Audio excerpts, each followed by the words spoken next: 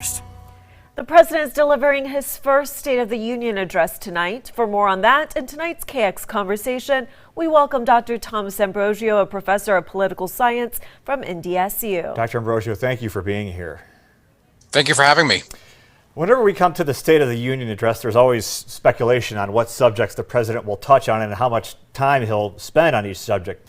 Now, it's expected that he's going to talk about Ukraine tonight. What do the American people need to hear from the president tonight regarding the Russia and Ukraine conflict? I think what he's probably going to say and what he probably should say is to allay any fears that the United States will get involved somehow. We are not going to get involved. He needs to make that very clear, and he has made that very clear. In addition, he needs to probably rally the American people for the possibility that this conflict is going to drag on, and that there are going to be economic costs here at home. We're going to see higher gas prices. We're going to see higher food prices. It's going to feed into the inflation that is already difficult for American families. And Dr. Ambrosio, you mentioned that the president has mentioned that we will not be getting involved in the conflict. So what should the Biden administration be doing to stop the Russian attack? At this point, what we are doing is pretty much all we can do. We could be sending more weapons to the Ukrainian government, which is what we're going to probably be doing.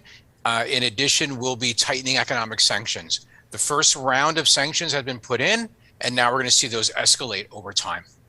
What would be, do you think, an effective sanction in addition to the ones there are right now?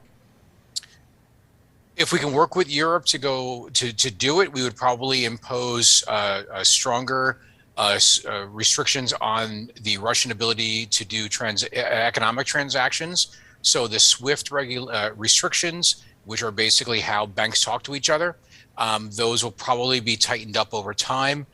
Right now, they're not every Russian bank.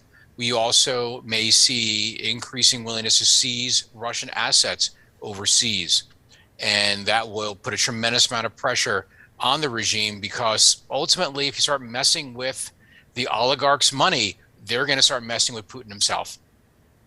Dr. Ambrosio, thank you so much for joining us today. Thank you very much for having me.